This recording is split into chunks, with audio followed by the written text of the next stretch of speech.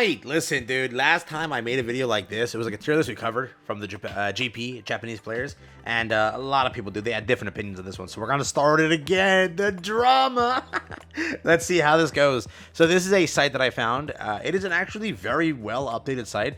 They have kept updating since the launch of the game for Ultra Rumble. It does receive a decent amount of visits per month, obviously from the Japanese side. This is a full-on GP site. It's their tier list ranking. Unironically, I did see people talking about this here and there. I'm like, you know what? It's time to cover it. I'm curious on what you guys think.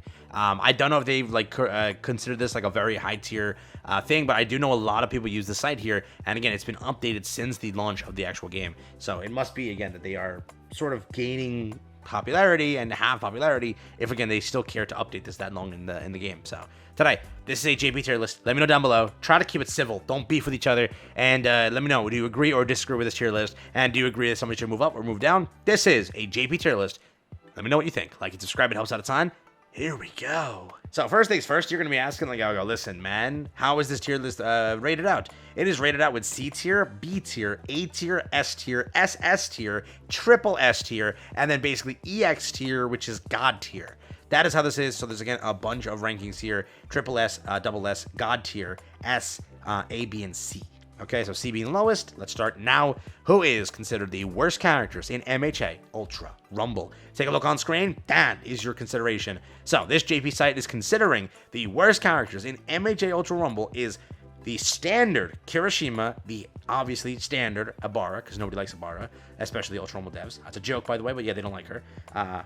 Second skin since launch. Okay, now. Pretty much they're considering yellow Kirishima, and again, Abara low over here. If you want their reasoning, they provide a reasoning. So let me give you the reasoning for why they consider them the worst characters in the game. They say, pretty much, this character only is effective in operation just in an ordinary area. And why they consider Kirishima, he's okay to use. The difficulty operation is, that's really it. Damn, okay. They don't even give like a hard reason. They just say that she has like ordinary effective operation. And then he is like, you can easily use him, but like he's not that good. So that's the only reason they provide for these two characters. Other characters have so much more written, they have nothing because they hate them, I guess. Okay, so that's your C tier. Do you agree? Is Ibarra the worst character in the game? That's what this says. And is Kirishima basically second behind that? B tier, they're considering base Toga to be on there alongside Fwappy. Yes, Fwappy over here and base Toga. Don't show Sin in this video, she'll lose it. Over here, Fwappy supports allies with high speed movement, performance, and resurrection ability, free pass rewards, so she's for free, that's why. And then special character that can be transformed into enemies with skills. It is recommended to transform into environmental top characters with firepower and mobility. So yeah, that's what they say. They're not really like insulting the character. That's their description for the character, pretty much, which I don't think we really care for that. But yeah, I don't know why they're considering, like, Toga's not terrible. I don't know if she's the worst though, but Froppy, I also don't think she's the worst, but that's what they're considering it. Do you agree, disagree? Here we go. A tier. We got Bakugo. We got Mount Lady. We got Shigaraki. And we got Dabi. I don't know, man. Shigaraki in the right setting is a crazy character. that's what I gotta say. So they put, again, A tier as Bakugo. They put it as Mount Lady, Shigaraki, and Dabi. Do you agree? Do you disagree? That's what they say over here. Pretty much, they say attacker for Bakugo who is good at attacking from long distance. The point that is at a range attack also works. Over with Mount Lady, boasts an overwhelming range of attacks and huge size, overwhelming durability due to her high defense. And then Dabi and Shigaraki. Shigaraki, a powerful attacker that can be placed with aim because the skill attack range is large, the enemy is crowded, etc., and exerts its territory. Yeah, I don't even think these translations are worth it, dog, because they're just describing the character. I think we know how the characters work, so I'm not gonna read any more of them because there's no point to. Pretty much over here for S tier, they don't really describe it. They're just describing the character. So for S tier, they're considering base Todoroki. They're considering obviously base Momo. Obviously, currently base Mirio, base Nejire. Over there, Cementos, base Endeavor. The new, right, skill kit, Shigaraki, and Compress. That is what they're considering over here. And remember, this is updated recently, so this is post all the nerfs and everything. So if any nerfs have come through here, this is post all of that. So Momo did get nerfed. I don't know if it like killed the character, but it definitely like hurt a little bit. So, you know, I still think she's really good though, but they're considering these characters on par. Whatever it was, dude, Todoroki picked up so much play this season. like, damn, dude. Again, like, by so much play, he was like 0% played from what I've seen, and now he's like 3% played, but still, that's pretty good. Over the course of that, I truly think that Nejire is like the hardest character to play nowadays. They hurt her, man. They hurt her real bad. Like, I'll be very honest, dude. She could definitely be better, and out of all the releases, like, it's rough to play Nejire. I don't know. That's just my take. Whenever I'm playing as like Monoma and I steal a Nejire ability, I throw that thing away. I'm just kidding around, chill. All right. Beyond that, though, that's S tier. What do you think? Double S over here. We got Machine Gun Bakugo. We got Ida. We got Denki. Yes, Tech Denki, by the way. We have Base All Might and Rapid All Might, mind you. We also have Flame Dabi. So that's, again, Skill Kit Dabi. We have All for One, and we have Overhaul. That is considered your double S category. Machine Gun Bakugo requires a lot of skill to be good at him, so there's that. Ida is like still a day one like insane character. He's so annoying to deal with still. Tech Denki, a lot of in my comments say that he is like the worst skill kit. A lot of players hate on him so much. But at least JB puts him at SS, I guess. Over there, All Might and Rapid All Might. I guess they answer the whole Rapid All Might versus All Might beef. They're considering it. They're both at SS on par with each other. I'm guessing they're just going to say, like, hey, they both do good, and in situations, they're both just there, but Red Dabi, I think, is still, around SS.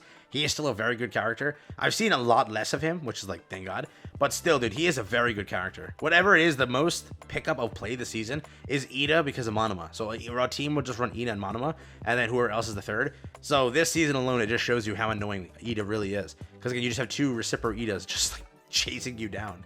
And then All for One over there at SS tier, which I wonder, the other JP tier list that I covered back then, they considered All for One like the most garbage character. Do you agree with this All for One placement? Like, I'm actually curious. And then Overhaul. I genuinely think Overhaul is like a severely, like, in my opinion, a pretty balanced character. He did pick up his nerfs here and there, but still, I think that they could leave him at a place he is. With a right tuning build, he's super good. With the wrong tuning build, he's kind of mediocre. What do you think? I'm just curious about that, right? His attack is a ground attack. His other attacks are mainly ground attacks, so like air support is like not with him. But I'm curious what you think about that. I still think that out of everything, he's one of the more balanced characters and still kind of fun to use here and there. Beyond that, triple S, baby. So that's double S. Okay, now we got two more tiers left: triple S and God tier. Triple S, we got Yellow Deku. Yeah. Dude, PC players tell me that Yellow Deku is like the greatest character ever, and then on console, I rarely see the guy. So, PC players, is that true? Is he actually that God tier? Red Deku, I know that he's good. That I see a lot on console. Denki, Shinso, Base Uraraka, 100% agree with most of this so far. Base Uraraka is still really good. Base Kendo, Hawks is still considered triple S, which maybe, yeah, maybe, okay, maybe. And then Kurogiri is triple S. Mind you, I think the last tier list didn't even read him because they didn't know how good that was. But this tier list considers him triple S. That's like the first time in any tier list I've ever seen anybody consider Kurogiri triple S. So that is a first for me to ever see that. No one considers him a good character, but at least they consider that. So what do you think about this one? Yellow Deku, Red Deku, Base Todoroki, Shinso, Base Uraraka, Base Kendo, obviously for now until we get the new one, and then Hawks, and then Kurogiri. What do you think about this one? Do you agree or disagree, bud? The ones that I know that I can see like on console and such, Shinso is very good. He has to stand still to do his attacks, but he's a very good character. Very annoying, by the way, to deal with. Uraraka, very annoying to deal with as well. Denki, very annoying. A lot of DPS very quickly too. A lot of like one-shot combos. Red Deku, 100%. The only ones I don't see much is like Yellow Deku. Whenever you see a Kendo, they're either like the most god tier Kendo in the world or like the worst Kendo ever. There's no in between. So most of the time I'm running to like god tier Kendos. I could see it. Hawks is just, for console, I see him much less nowadays, but he used to be a menace after all the nerfs. I don't know if he still remains like that good, but Kurogiri, he is a very support character, so that's like a tough one. People will say coin flip between triple S and like S itself. Now, God tier, here we go. God tier, they're placing Tech Todoroki, I was gonna say Tech Denki, no. Tech Todoroki up there as the best character in the game. They're then saying Red Kirishima, which the other tier list on JP as well agreed to that. So remember, that's already two in agreement. The Tech Todoroki and the Red Kirishima. Both were considered God tier. And Monoma there as well, which there's no brainer. Yes, Monoma is God tier. There is also Uraraka, which in my opinion, Uraraka is that good. I don't know if she's better than Base Uraraka, just because like Base Uraraka can really put you in like the blender and like never let you leave. But you know, she is also Yellow Uraraka, so a lot of high DPS output. Aizawa also is a very annoying character. Again, you either run into like the best Aizawa ever or like the worst Aizawa ever. Depends on who you're running into.